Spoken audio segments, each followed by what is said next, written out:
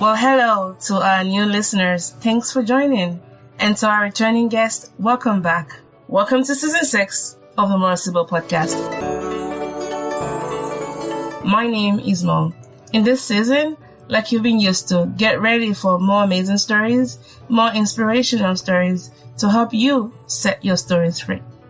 I created this podcast as a resource for Blacks, Asians, and those who love them to share stories and processes, as well as to build community around important salient issues that affect all of us as humans. So on this show, you get to hear amazing stories from people like you who show us how to get more out of life. The stories featured here are by people whose journey I am partly inspired by, as well as challenged by, but most importantly, people whose courage and vulnerability have afforded us an opportunity to hear their life stories.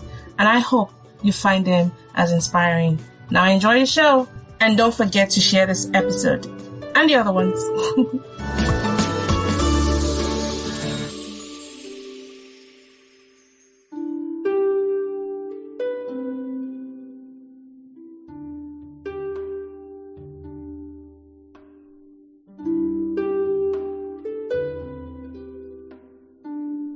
Welcome back on the podcast, everyone. This is Mo, and today I have an inspirational story to share with you. I have been working with my guests for the past 2 years, and I have learned a lot on advocacy, on being passionate about a community, and of course, the power of just using one story to help people who might be going through one thing or the other. He's a distinguished individual with an impressive biography. When he sent it to me, I'm like, if I read everything out on the podcast, it's probably going to take me about 30 minutes. So let me try my best to do justice to his introduction. He's a graduate of Florida A&amp University, and he has held various leadership positions throughout his career. He has made significant contributions to his university, including serving as the director of the Black Male College Explorers Program, the Director of Alumni Affairs, and the Director of the Community Development Corporation. He also has a rich history with the Harlem Globetrotters, having toured with the team and even featured as a dribbler during his time with them. His accomplishments have been recognized through numerous awards and inductions, such as being inducted into the FAMU, which is the FAMU, which is the Florida A&amp University Sports Hall of Fame, and also receiving the FAMU Distinguished Alumni Award. He has been actively involved in community services and served on various committees and commissions. Currently, he's a strong advocate and motivational speaker for prostate cancer awareness and serves as a member of several organizations and associations. He's a man of faith. He's been happily married to his wife for 60 years. They have 3 children, 11 grandchildren, and 2 great-grandchildren. Everyone, please join me in welcoming Mr. Thomas Mitchell to the podcast.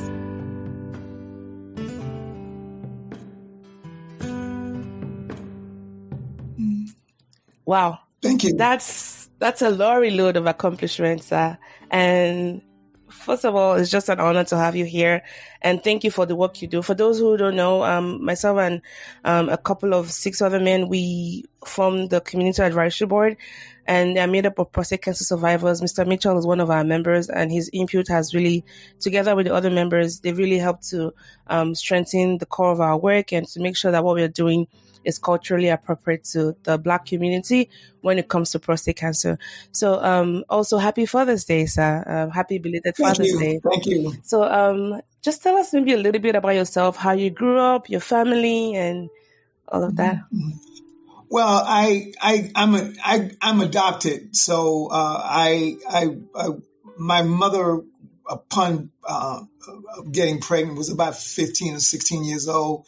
And so my aunt, my blood uncle, great uncle, the brother of my grandfather, happened to be at my grandfather's house, and they adopted me at 2 months and 4 days. Wow. So I was born in, so I was raised in that family. My blood family was a Mitchell, and my mother was a Hawkins. So I was brought into those 2 families, and they played a great role in my development.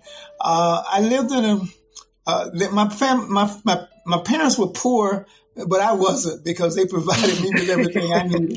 But my mother was a maid by $250 a week. Wow. And so my father, though, was like an entrepreneur. He was one of those very talented men. He could cook, he could build houses. He was an entrepreneur. So we were provided for. So, but to cut it short, I was born into a poor family, but because they took care of me, I could never say that I was poor because I think I had everything I needed. And I was raised in the church. And so I lived in a black community during the segregation days. I went to Florida A&amp University. I graduated from Florida A&amp. And from there, I played basketball. And then upon the end of my professional, the Globetrotters career, I moved to New York. And that's where I got married and had all three of my children were born in New York. Wow. I mean, that's so many layers to that. And from your adoptive family, did you ever have a relationship with your mom, or it was just, Oh, yes. I was trying to cut it short, but the one thing I did get to see, it was a typical situation where some kids was saying, well, that's not your parents, and of course, as you know, parents, adults sometimes talk around children. Mm-hmm. So the kids discovered that my parents were my real parents. And so my adopted mother heard them saying that, and she called me into the house and let me know that they did adopt me, and then she said, she asked me did I want to go live with my biological mother. And obviously being a kid who had been with them for 10 years, I said, I don't know them for what, and so, but she did make sure that my biological mother and father came to see me. And as a result of that relationship, I made sure that when my kids were born, I let them know who their biological grandmother was. And then, as a matter of fact, I allowed them to go spend some time with them. So I had a relationship with my kids had a relationship with my biological mother as well as my adopted mother. And so it was a situation where they all knew, but of course they knew also that while I love my biological mother, my greatest love was for my adoptive mother who raised me. Yeah. And not only was she my mother, but she was like my best friend. And so I had an excellent relationship with my parents. That is so beautiful. And I asked that because, of course, one of the things we know about prostate cancer, one of the risk factors would be family history, right? And so for you, was there any family history, especially considering that you were adopted? And did you know that? Yes. Both parents died from cancer. Yes, my adopted father, intestinal stoppage. Yes. And so when they opened him up to do the surgery, it was the kind that spreads upon the opening of the womb, and so he died very quickly. He was gone. My mother told me about it that he had, I think, 2 months to live, but I think he lived 2 weeks, and so that was the experience. My adopted mother, my biological mother, I'm assuming she died from a heart attack. I don't know for sure, but it was one of those situations where she was living alone. She collapsed on the floor. She must have been in the kitchen washing dishes or something. The water was running, and so she collapsed, and the kitchen was flooded. Since she was by herself, she got, by the time they discovered her, it was too late. And so I'm also now an advocate of parents wearing the bracelets, alerts. Yeah. I fall and I can't get up. It's okay. Medical alert bracelets. Yeah. But my adopted mother did. She was diagnosed as having cancer of the intestines. Of the stomach. So she too died from cancer. Okay, but no history. I'm sorry to hear about all of that, by the way. But no history of prostate cancer in your family that you know of. Not that I know of. Okay. Now, let's talk about you have a unique story when it came to how you were diagnosed with prostate cancer and even your journey to a survival of it. Before you were diagnosed, can you just walk us through what your health-seeking habits were? Were you one of those men who would every year go do your healthcare checkups? How did your diagnosis come about? My diagnosis came about as a result of my undergraduate degree. I have a BS degree in health and physical education, and I have a master's degree in health education. So it occurred to me that I hadn't had a checkup in 2 years. So I said, this don't make any sense. So I got to have a checkup. So I went to my doctor. They said, what's wrong? I said, I don't know. I just know I haven't had a checkup in 2 years. As a result of that, obviously the normal procedures that my doctor gave us, the colonoscopy, and that was, unfortunately, I'm glad they don't do it anymore, but that was a time when they kept you awake. And so I was able to see that my intestines was pretty good, but there was a shadow blocking the camera, which implied that I had an enlarged prostate. So as a result of that, then they gave me a biopsy. Out of the 8 scans, 1 showed cancer. And so, so my doctor, explained to me, by this time, and historically, I have an excellent relationship with all of my doctors, my dentist, and I just today I went to see my urologist who performed the procedure. Prostatectomy. I went to see him today, and of course I'm always glad to see him. I thanked him for the 24 years that I've been alive since then. But the bottom line is, he said, listen, well, my regular doctor indicated that, listen, we have a history of 20 years with the surgery and 10 years with treatment.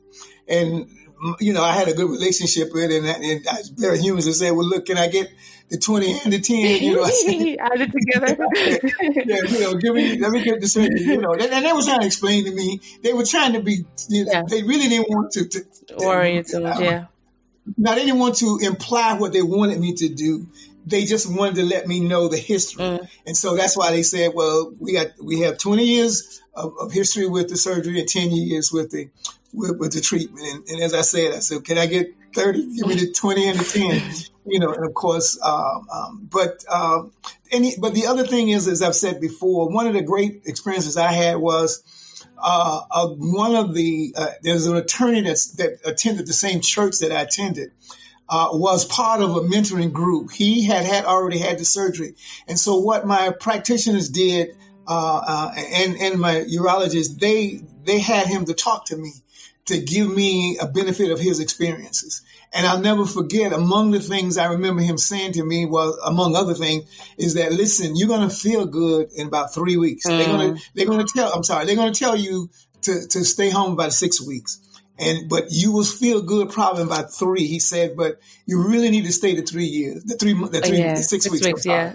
He said, the only reason I didn't do it because I'm an attorney and I don't get paid if I don't go to work. So since you're a state employee and you have benefits, I would recommend that you do that. So that was my experience. And I, but based on some of the other questions, I'll stop there, but I had a really good experience, if you can have a good experience with cancer.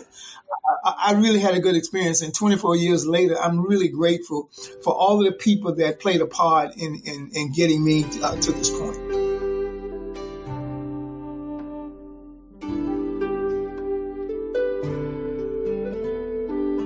That's a very key thing you've uncovered there, Mr. Mitchell. I think the importance of establishing that coordination of care, because if you didn't even have one in place, all of your doctors and, using them and finding out, this diagnosis, things could have gone, really awry. And so thanks for that reminder. Now, from the studies we've been conducting, which you've been a part of, one of the things we see is just the reticence black men have in even approaching the doctor in the first place. But we also don't like talking about prostate cancer. We don't even do anything until it's almost too late, once the symptoms starts showing up. So for you, what are some tips you can give to young men who, they know they should be checking this, but there's always that barrier, which, as a female, I don't understand it, but I'm able to sit in that moment and, just be there and listen. But as a female, because we're more proactive, even the way we are groomed is so different from the men. So I understand that part. What are some ways to kind of, help men get better hold of their health? Let me say this. I was truly fortunate that this was 1998.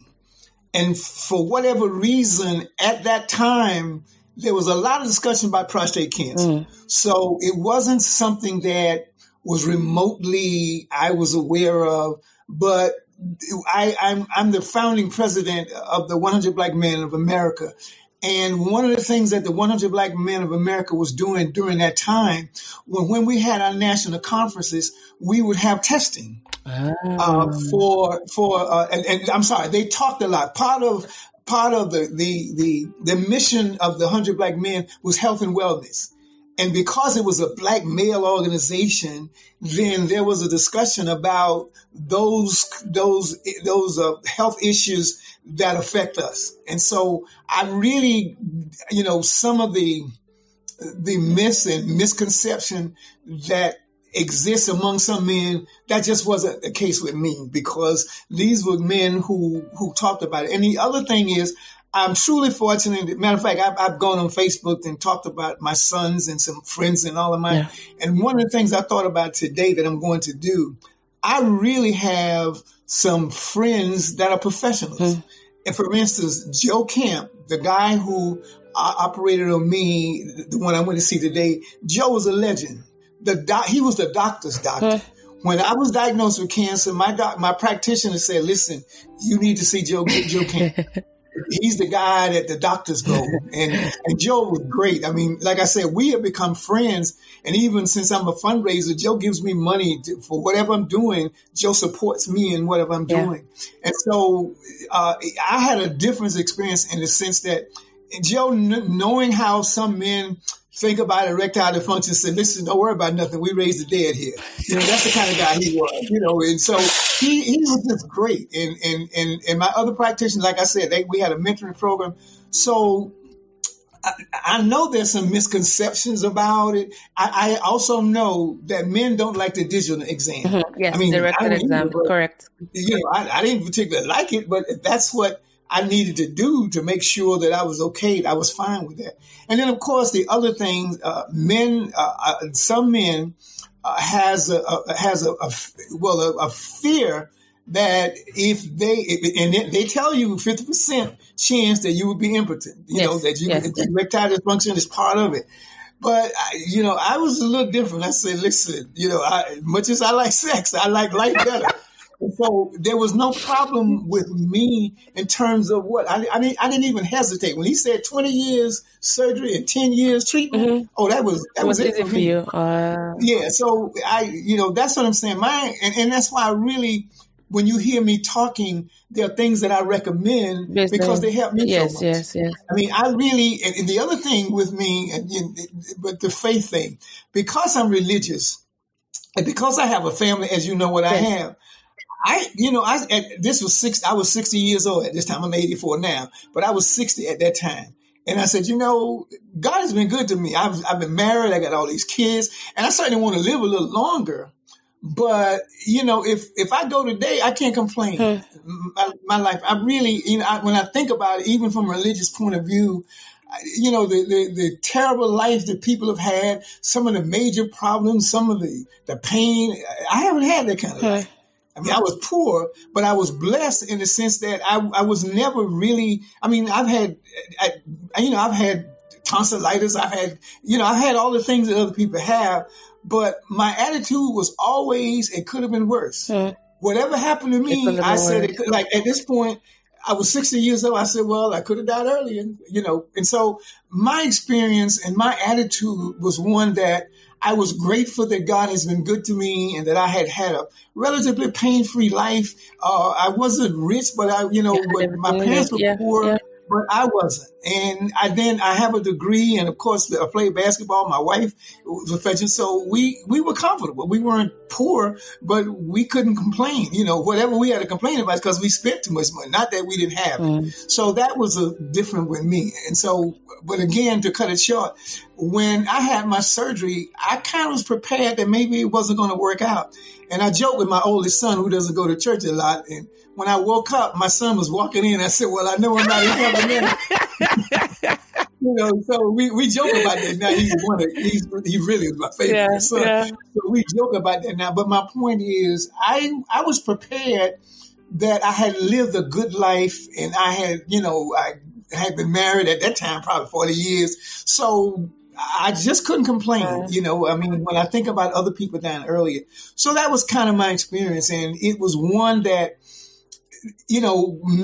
black men obviously are really, some of them refused to get the surgery because they just didn't want couldn't think about the idea of not being sexually accurate. Yes, and so, yes. there are a lot of men, and since I'm not calling names, two of my friends who took the treatment died very shortly after. I mean, they. But to me, there was never any question that if it was surgery that would probably give me some additional time, then I was good with that. And then, of course, at that time, they were also telling about the medicine that was available. Of course, how plentiful it is now. Yeah.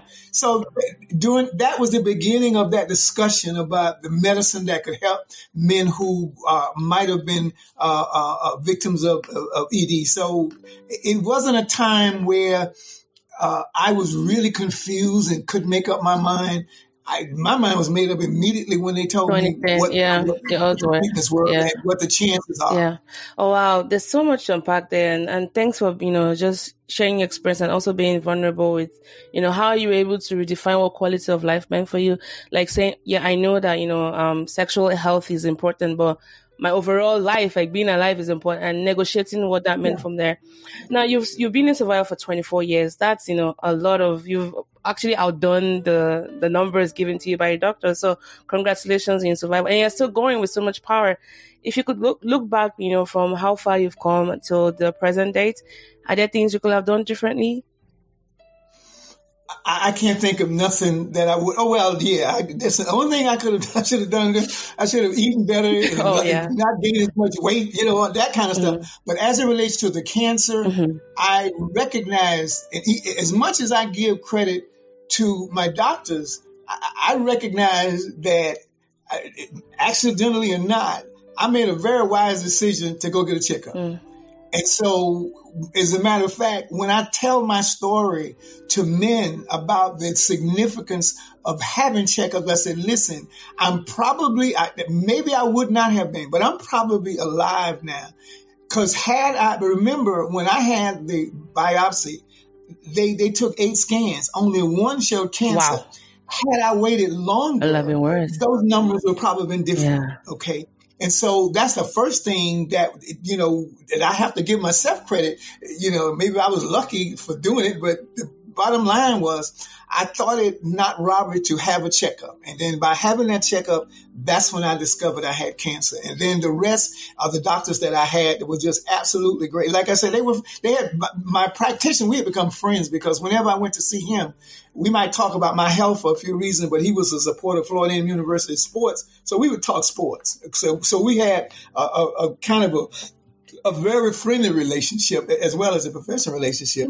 Then with Joe Camp, being the guy he was, how he treated me, we became friends, and so all of the experiences that I heard some other men talking about, they thought that doctors didn't tell them, some things they didn't tell them or whatever. There's no way I could complain about it. These guys are friends of mine. These guys were, and they weren't friends when I met them, originally as professionals, but they were just the kind of guys that were just friendly.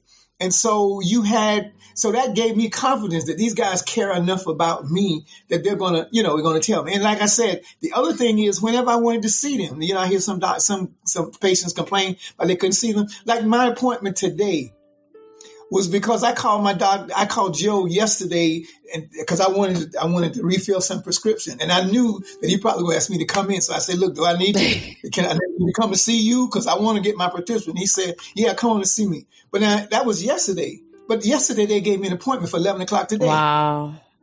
And that's the experience that I have with all of my doctors. If I call them and tell them I need to see them, they make time for me.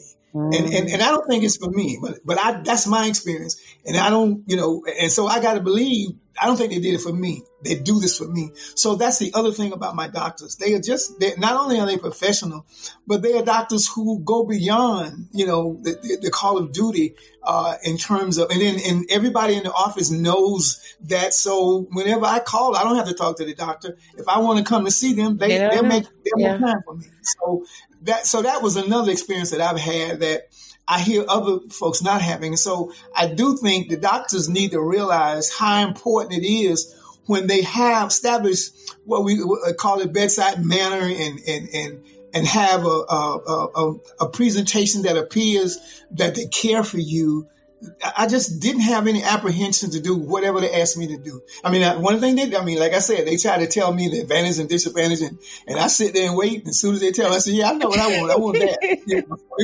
There was never any problem with me in terms of making a decision as to what I wanted. And I wouldn't do it any other way. Thank you. Now, I do know that now they plant seeds a little more now than the surgery. Yes. So there's a chance that if it would happen for me now, I would have had the seed. But 24 years later, I'm not questioning nothing that happened because I'm very pleased. Okay, that's really good to hear. And I think again, the emphasis on having that relationship with your doctor, you've benefited greatly from it. And if you find a doctor that is not compatible with you, there's nothing saying you can't change that person until you find the people you want. And I think that's where we kind of like go like, I went in, I had a bad experience and I'm not going to go back again. But at the end of the day, it's our health. We need to be strong advocates. Now, speaking of advocacy, one of the reasons why I got to know you through Dr. Dickey. So shout out to her. She's also, a professor at FAMU, and, she's doing great work in cancer. She had told me about you and, I reached out to you, got you into the study, but I noticed something different about you. And I noticed the same thing with other CAB members. You all had, beyond, survivorship, which I think is also laudable enough, you had this burning passion to just be out there and talk about your community. And so when I approached you to be a CAB member, it was because I could see that. So for you, why was it very important for you to go beyond just surviving? Because if you had just kept your story to yourself and, just lived quietly, which there's nothing wrong with that. We all have different, passions born inside of you. Why advocacy for you?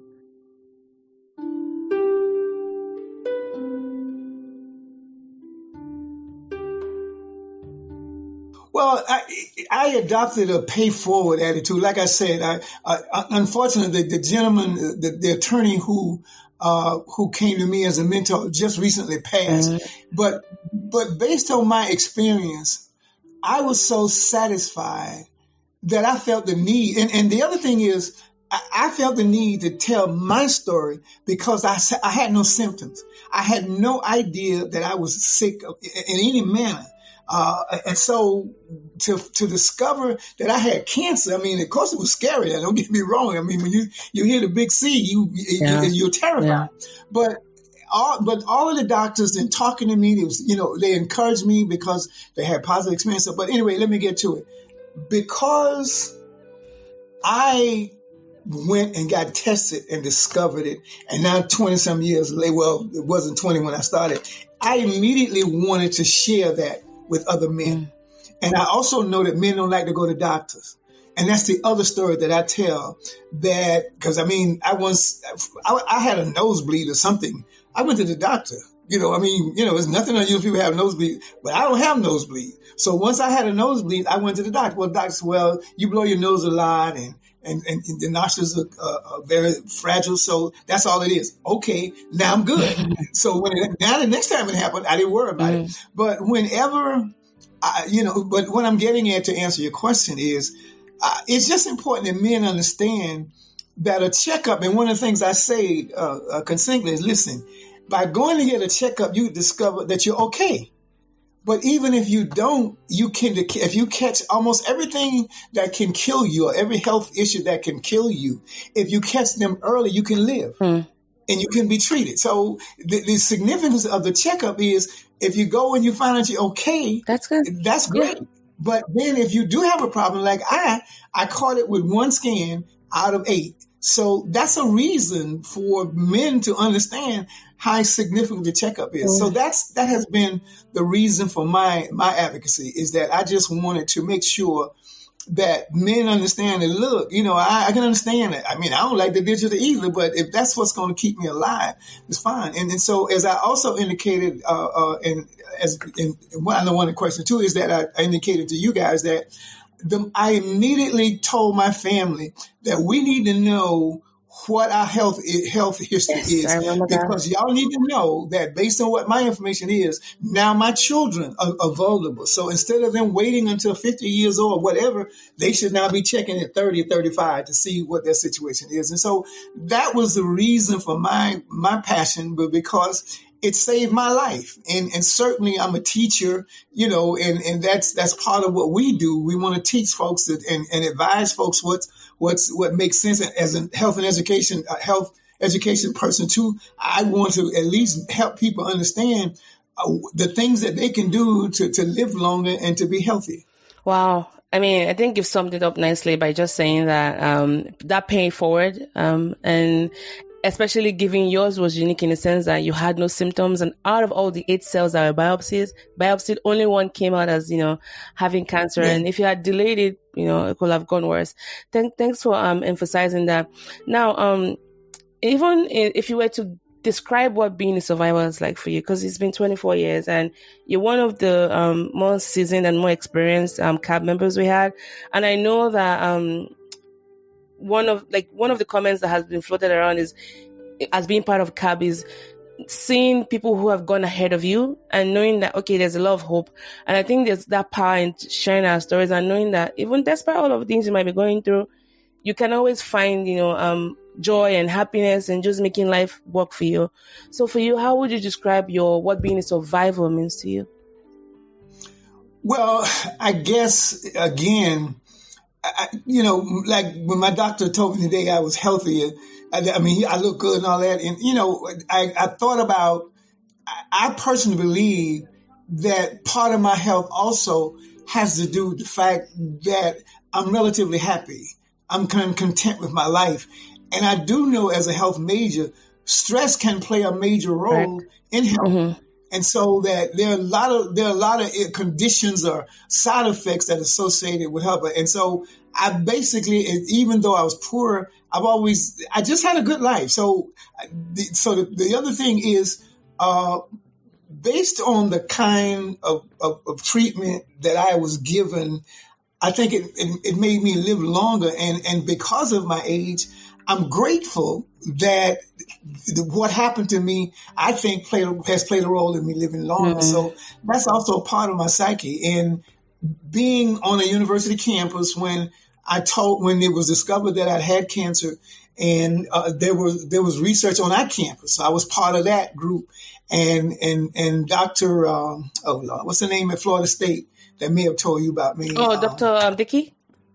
Yeah. Okay. So I was with them, and what I did, I encouraged men to be part of hers, because the thing that I was telling men that, I was allegedly cancer free. Mm-hmm.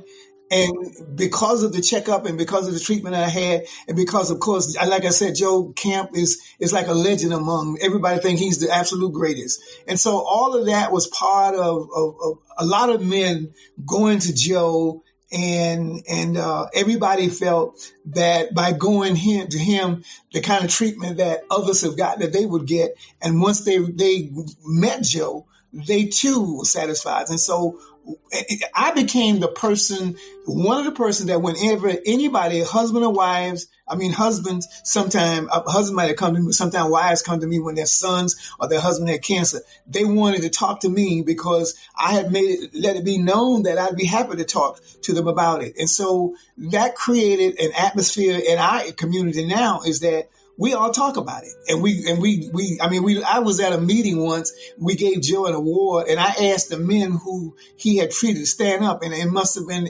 70% of the men in there stood up. They all knew Joe. He had treated them, because, one of the things that's clear, that eventually we're probably going to have a problem with our prostate. Yes. And so, whether it's nothing large or whatever, And so mine occurred, like I said, in the 90s.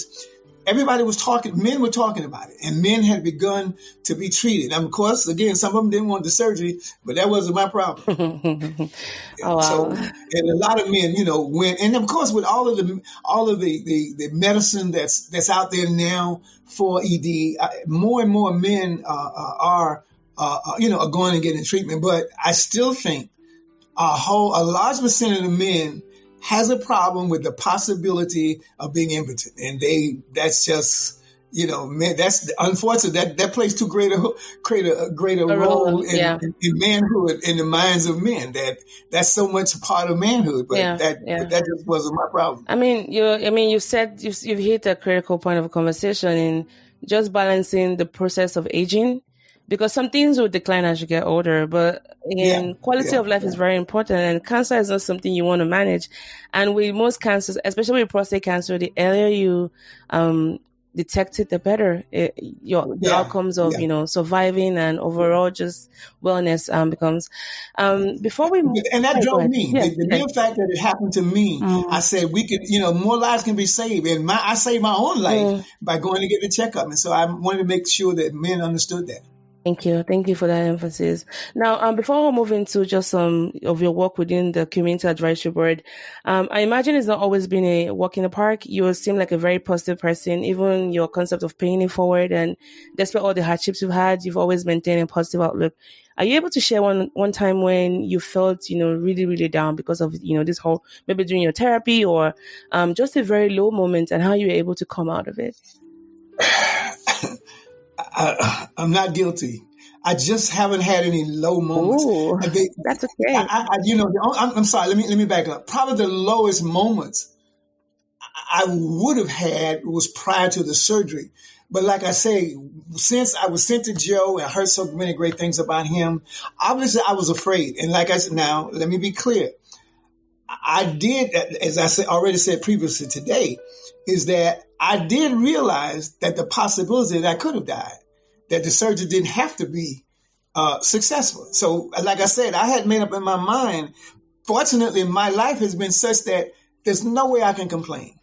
I know the lifespan of Black men, and I was 60 years old, and life had been good to me.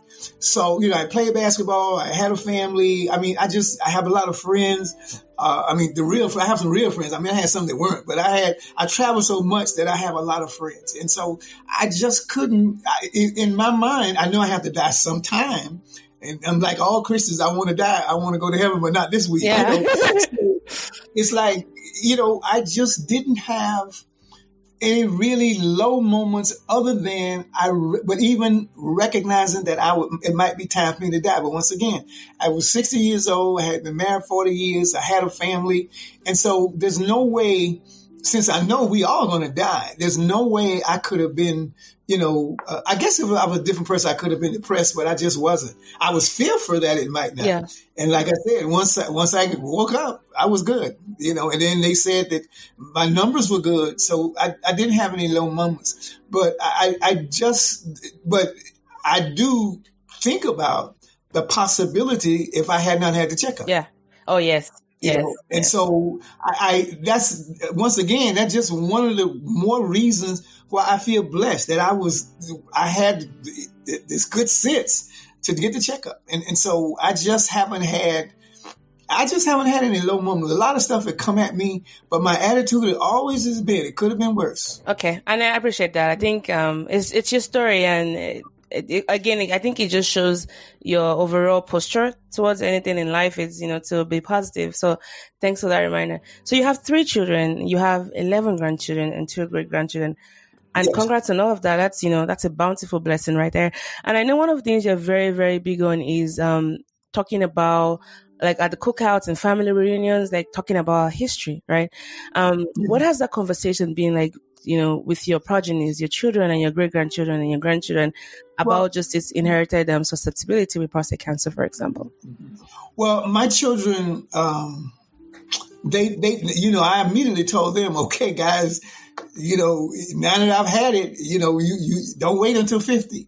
You're vulnerable. And that's part of what I said at my family reunion, that we really need, because I know diabetes is big in my family, in the Mitchell family. So I reminded them, but I also but I talked about, when you know you have it, there are some things that you can do in terms of eating and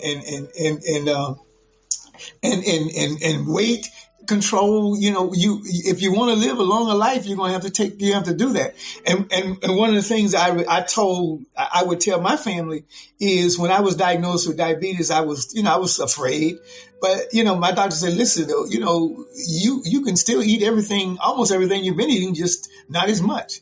So I was good with that, and that's the other thing about my doctors. We talk like, since I was diabetic, my doctor recommended caffeine free. I don't drink alcohol, but I drink sodas.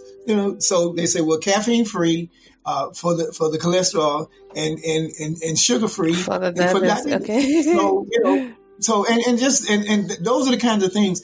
So, but I will always talk about the importance of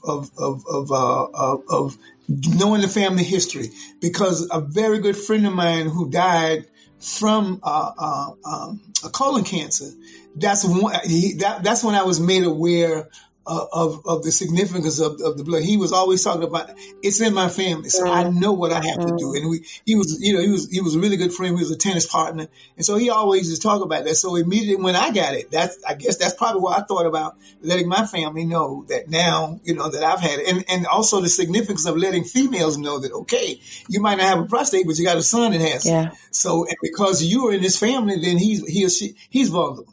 And so those were the kind of things that, and even with the 100 Black Men, when we talked about it, I always volunteer to talk about that. And so whenever there's an opportunity, I just feel so blessed that what happened to me, that I want to share that with other men. And so while I haven't had any low moments, I on a regular basis think about how significant it was that I went when I did. And like I said, it was sometime later when it occurred to me, if I had waited a little longer, that 1 out of 8 might have been 3 out of 8 or more. Yep.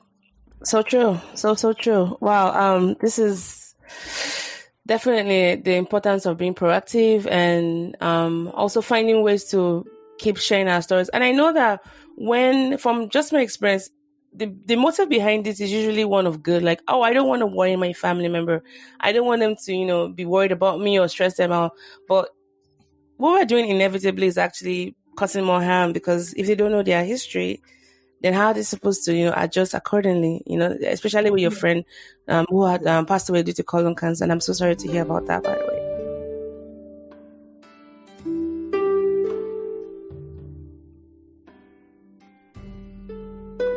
Now, one of the things about that also, by the family, our family, all of my kids, my son lived in Texas, and I think my youngest son, who I was joking about, I knew I wasn't having. I think he was living in Orlando at the time. So they all came. And that's the other thing. Whenever somebody is sick, as a family, we kind of do that at each other's birthdays. We have a conference calls or something. So that's a family thing with us. And so we do go in, like my wife is a survival of pancreatic cancer. Wow. I tell her all the time. That's a good one.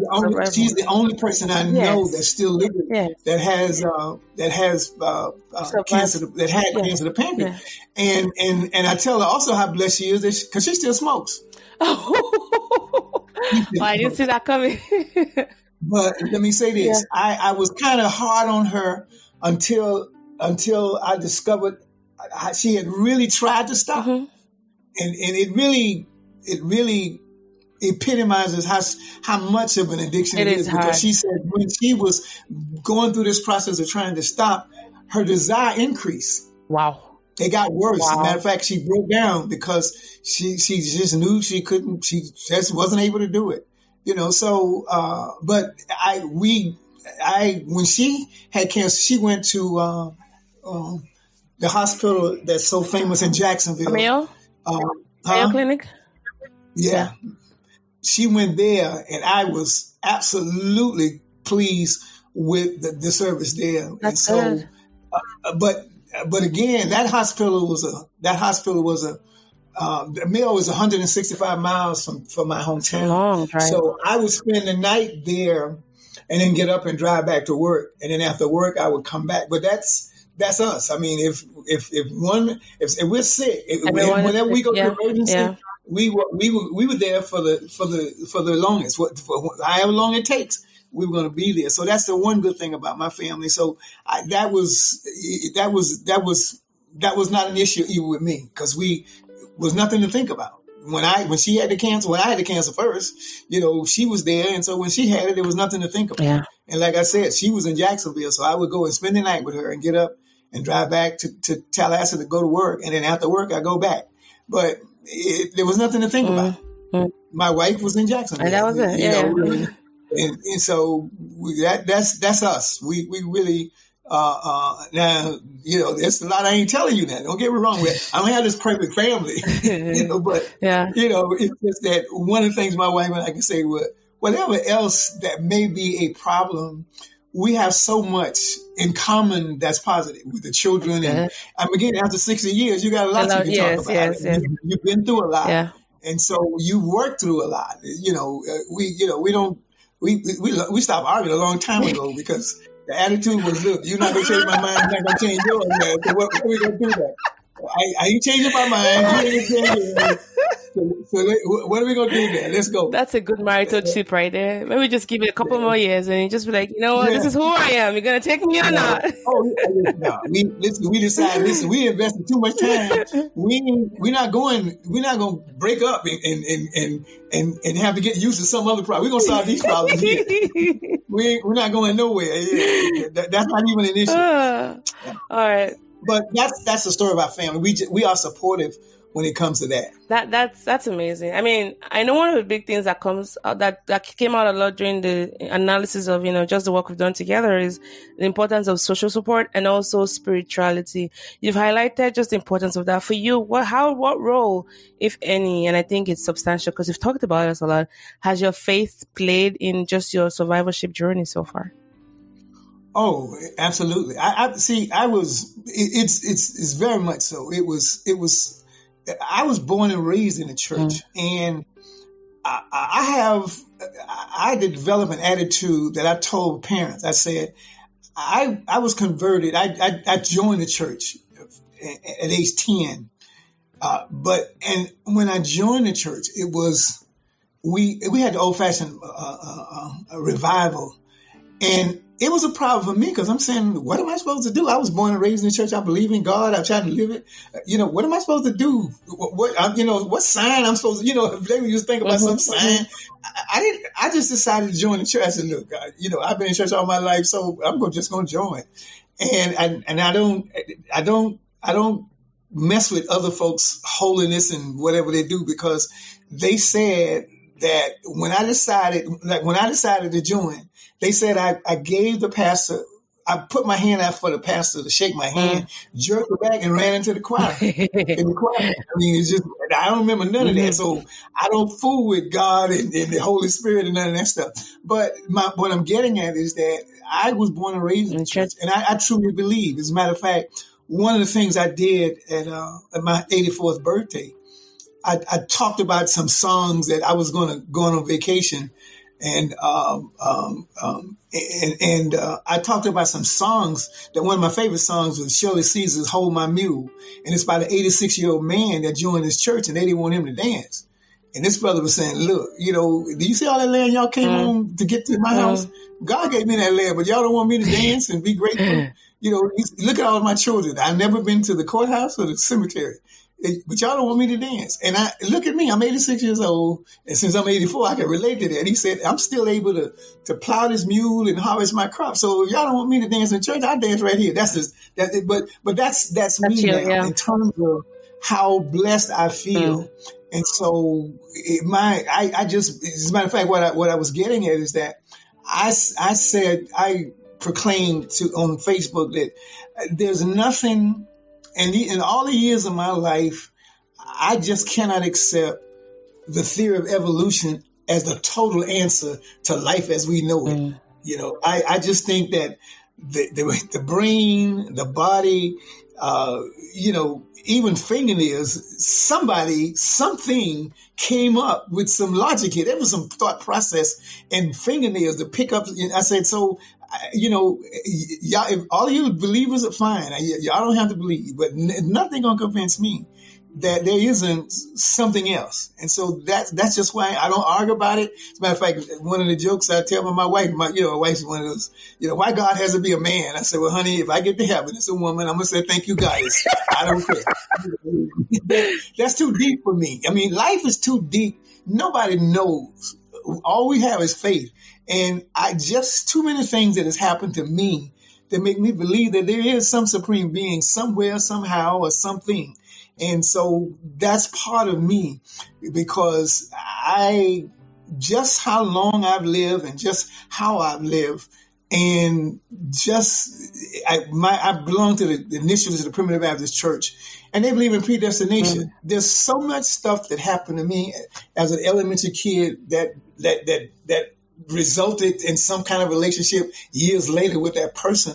So I am a person of faith. I don't argue about it. I'm not going to try to convince nobody or nothing, because nobody knows. It's all based on faith anyway. Yeah. And so that was part of what I was, that I just felt that the fact that I thank God for me having the wisdom to have the test. So I just believe in. And I just think that, that's why I feel if I'm in town, I'm going to church. I'm going to church. And, and the other thing that has happened to me recently, I tip very heavy now. Oh. My wife, she has a problem with some friends that I loan money to.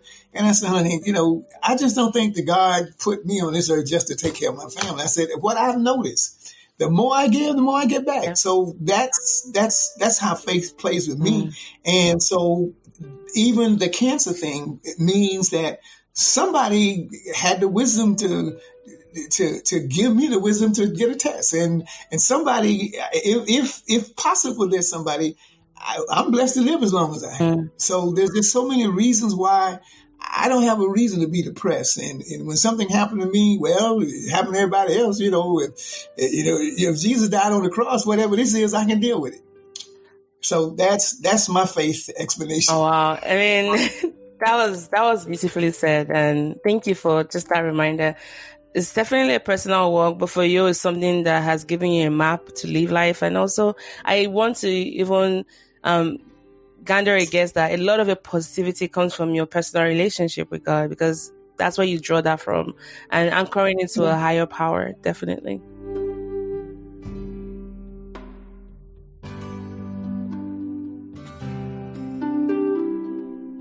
Yeah. As we round off, I had two core questions for you. One is on your role as a community advisory board member. And I know in your capacity, you already do so much. Looking at your bio and, all of the other advisory boards that you're part of, for example, I think you do something with family already. All that to say that you do a lot in your role in the community. You've received a lot of awards. For this particular one that is, focused on prostate cancer, how would you say you view your involvement in it, and what would you say have you been able to get out of it? I'm satisfied that I feel satisfied that whenever when people call me and want to get my view on something, or just want to talk to me and want me to talk to their kids, I feel grateful that they do that, and I feel that. What it does, it satisfies me as to why I do it. I mean, the idea of going out and talking about your personal life, I only do it because I don't talk about my private life. Mm-hmm. So I wasn't a young kid. I didn't kiss and tell. Nobody knew nothing about my girlfriend. I had no friends that knew about my wife. So I was never that kind of person. But I didn't have any problems indicating that I was also satisfied that I could be active after surgery sexually. But it was not, I wasn't raving about it, but just that I'm telling you that when there's medicine now that can enable you to be relatively satisfied with your sexual life. And so, because I know how many men that refuse to get the surgery. Matter of fact, there's some men. I had a good friend. I tease him all the time. Once he had us, before they put us to sleep with the colonoscopies, he swear to God he was never going back in there again, because it was uncomfortable. Here, this, because in one of my cases, when I've had in colonoscopy, this doctor was talking to two aides. And so while this thing is uncomfortable, I mean, he's trying to talking, about the conditions and what he's expected of them. I'm saying, let's hurry this up. But the point is, I'm satisfied that I was helped and I want to help other men. And I'm satisfied. I feel committed to at least helping them to understand that what we're talking about is your life here. That if you're dead, you definitely can't have sex. Yes. So the thing is, but the bottom line is that too many men will die if they don't get tested early on and they don't make a decision, the right decision that will enable them to live longer. So, like I said, this is like yours is like the third or possibly the fourth group that I've been with to talk about it. And if I'm asked, I'm going to do it because I'm alive because I made the right decision, and I certainly want to make sure that others do it. And so I'm involved with political organizations and my church and 100 Black Men. The Rally Boosters I'm a former national president of my alumni association. I'm former executive director of the Rally Boosters to raise money for the athletic department. So first of all of these things keep me involved and it keeps me moving and thinking. And so I think all of those organizations help me probably to be alive as long and also to be as healthy as long, because it keeps me busy and it keeps me moving. And so also I'm kind of content with my life, which I do think play a role in health.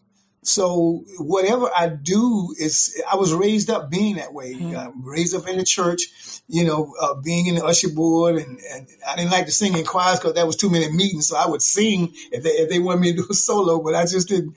I was involved too much that I just didn't want to go. I didn't want any more meetings. Yeah. And so, but I was active in my church, and then active in the high school. I was in a band. I played basketball. I played football. I sang. And so there were always things that I was doing that put me in touch with other people. So this whole community thing is just simply as healthy as well, because I'm getting involved. And then too, I want to help people. Yeah. And one of my jobs is the Black Male College Explorers Program. That was a program designed to increase the amount of Black males graduating from high school, entering college, and graduating from college. And I would have about 100 young men that would come from all over the country. And I did that for 17 years. So, and now I hear about them. They tell me about their family life and all the things that they didn't want to hear when I was doing it, but they're doing the same thing now to their children. So, and so all of those things has made me relatively content with my life, because I feel that I have contributed. And so that's why it's easy for me to participate in community organization. And I'm also very appreciative of the professional people who have played a role in my life. And so that plays a great role in my getting involved and helping anytime I can help someone. Thank you. Oh my goodness. That was very just inspirational to hear. Thanks for sharing that. And finally, in honor of Father's Day, one of the key findings we observed in the study was, as a whole, some men might not feel comfortable talking to their male progenies about, just their risk of prostate cancer, even when they're going through therapy. Now, eventually they would, open up. But the message, it also depends on the age of the child and maybe the appropriateness of the topic. But even on a sub-level to that would be for men with daughters, they leave their daughters out of that conversation because they might think, oh no, the female. But of course, we now see some linkages between the father's risk of prostate cancer and then or father's history of prostate cancer, and then the daughter's risk with aggressive forms of breast cancer, through the BRCA gene and also the Lynch syndrome. For men who might have, maybe daughters only or sons only or a mixture of sons and daughters, how would you get them comfortable in broaching that topic of, their susceptibility to their kid? Well, I raise it. I don't wait for them. One of the things I talk about, you heard me say, I make it clear that it's important that women understand the dynamics of prostate cancer and treatment, et cetera, because, even though you don't have a prostate, if you have a son, there it is. It's so you're vulnerable. Your child is vulnerable. So it's important that they do that. And then too, for several years, I taught a health class. And when I got to sex, I made it clear to the kids. I said, we're not going to be talking about the sex y'all want to talk about. We're going to be talking about the things you're supposed to talk about before you get married. So we're going to be talking about, how do you feel about living together? I mean, we're talking about a relationship between men and female. I said, if you take a look at it, we really don't do too well in sex. If you look at the divorce rate, we're not too great when it comes to sex. Yes. So that I was able to kind of slip all that stuff in when I talked about the sex class. And I really, my class used to commend me because we talked about the things that I felt was really important for them. And health was one of them. And I talked about it. I had cancer and I emphasized even in that class that, look, the great thing about a checkup is the fact that, you can find out that you're okay, but you can also find out you're not okay. Yeah. And then if you catch all these conditions early enough, you can live with them or they can be cured. So it's like I said, the atmosphere among my friends and my organization, I'm sure there was some misconception, but there was more emphasis on how important it is to get a checkup and to get the treatment. Because, and I guess one of the reasons I guess the men in my community kind of bought into it, because the one thing that became clear, there was ever any question about that you're going to have a problem with your prostate. I mean, matter of fact, I've even heard some doctors say you're going to have cancer, Wow. But everybody don't agree with that. But the bottom line is there's no argument about the strong possibility that you're going to have a prostate problem. And it makes sense, for me, we tried to make sense to say that, you need to just check it out. I mean, you're going to have a problem with it. So why wait until it's too late? And I, like I said, I was always glad to tell my story that the probable reason why I lived as long as I did, yes, because I caught it early, and so, I have no problems discussing it with women, and even my daughter. We talked about things. That's the one thing that, for whatever reason, sometimes my daughter asks me some questions. I say, "Why me? Ask your mother." My daughter would ask me a lot of things because I was open, in a responsible way, not from some positive manhood, but just about from health reasons and also about the importance of getting to know your mate before you get married and talk about things about religion, about if you want to have children or not, where you want to live. To me, there's so many things that couples need to talk about prior to marriage so that they won't have some of the problems after marriage. That was always part of my psyche. And so I never hesitated to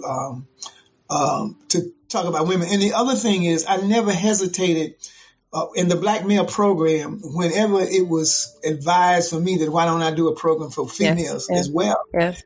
Well, my response to it, if I was given the responsibility, the first thing I would do is to hire a woman. Yes, exactly. Because it's important that if a male coach is coaching a female basketball team, his assistant ought to be a female. That I thought, I think I can coach as good as anyone, but there's something that's more germane to information related to female life in just an athletic bra to make sure when they're running down the court they're not shaking all over the place. There's so many things that I think is important that from a sexual perspective, in terms of there are some things that women owe it to females to tell them. They don't, like with my kids, I say, you don't have to like what I'm going to say, but I'm going to tell you because I owe it to you to tell you certain things. And if you get out in life and you're not successful, I'm not going to lose too much sleep because I will have tried my best to tell you what's best. And I don't care whether you like it or not. I'm telling you because I care and you need to know. And so, but to get back to the female, it's important that females are part of any discussion about life. because we talk about male and females, and absolutely there's a female perspective as well as a male perspective, and so I do think that I'm sure some females prefer to talk to females, and that's fine, and I'm sure some males can talk to females, but some don't have a clue. And they really don't know what to do with their daughters. But when in fact is whatever you do for your son, you need to do for your daughter. Yes. And certainly, and what's so important about a male and a female in a marriage is that you do have a female perspective in the family. And certainly that person, you should respect the fact that there are some issues that they know a little more about than a man would know. But of course, it's important that men learn that, because you never know when, the mom won't be there. And so it's important that men do have a female perspective as well as a male perspective. I mean, thank you. Thank you so much for balancing that message out. And I've asked you a lot today, and I also felt like I got to know more about I've seen, interacted with you, but knowing the whys behind what you do and learning more about your personal story and your passion for advocacy, for being open and for gathering the community together. This has just been an amazing conversation. And I want to thank you for your time today and just for coming on the show as well.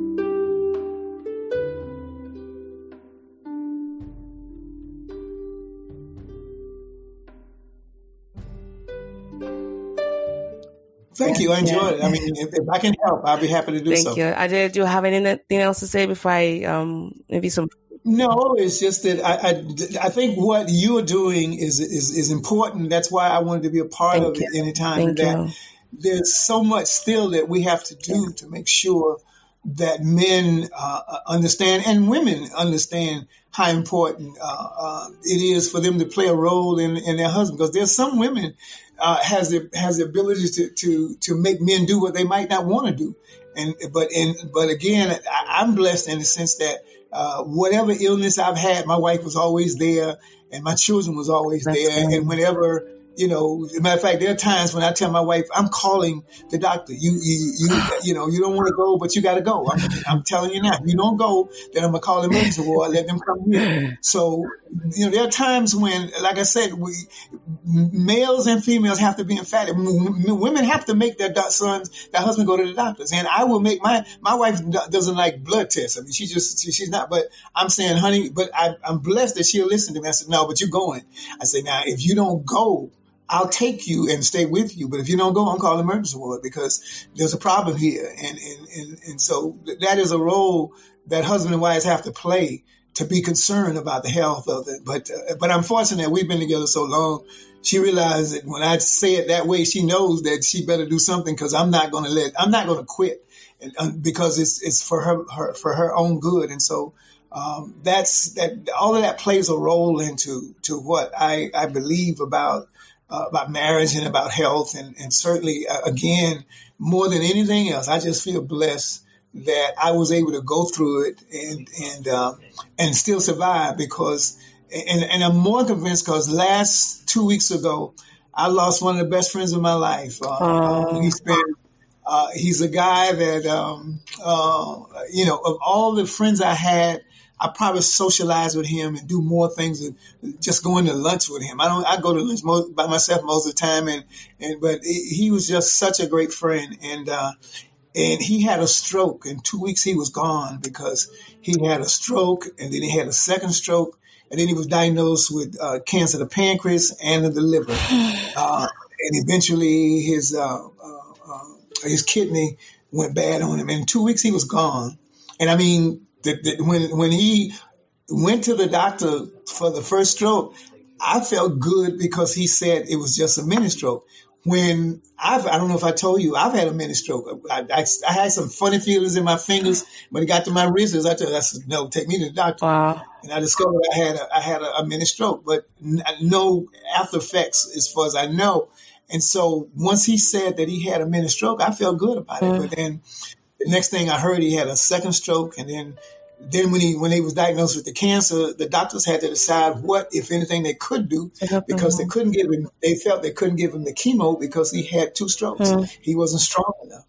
And so, but I mean, again, those are the, my father, like I said, my father, when they opened him up, it was the kind of cancer. Yes. You mentioned. My mother, when she had her cancer, she had Alzheimer's. So we don't know what she was feeling, and she didn't know. So I just know so many cases of people who pass when, I didn't. And when I haven't suffered now, and it may well be that I have to suffer, but if I do, I can't complain. At 84, if this is the first time I'm going to suffer, I thank God again, because for the 84 years, I just haven't had it.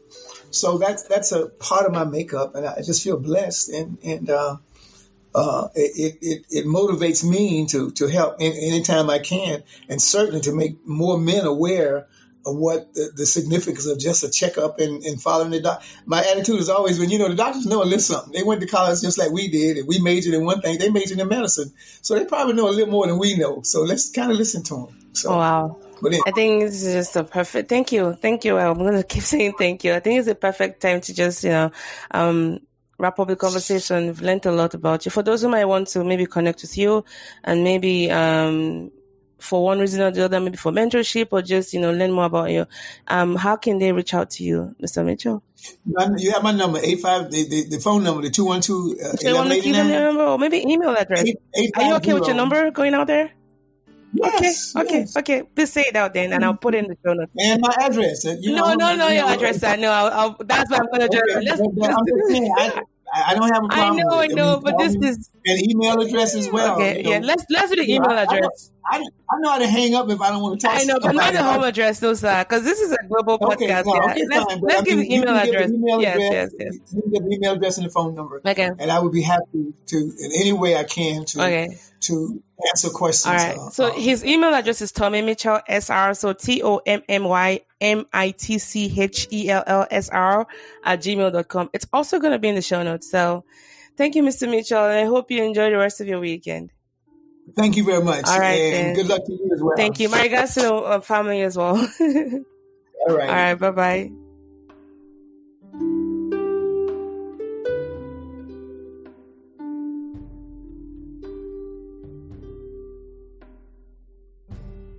Wow. That was explosively good, guys. I'm so fortunate to work with these people and just, be able to share their story. Working with them for the past 2 years and to bring them on the podcast, and so you guys can see just behind the scenes and why we do the work we do. Like Mr. Mitchell said, there's still a lot of work to be done in promoting awareness about cancer, and I hope this episode serves as a reminder to go get your health checked. It's scary, trust me. I know what that is like, having to go every year and waiting and getting the blood drawn and seeing if numbers move or they don't move and all that kind of stuff. But you know what? Sometimes we dread the tests more than the outcome. So just get it done, okay? And wishing you good health and cheering you on. Love you guys, and thanks for tuning in today. I remain your host, More Sibyl. Bye for now.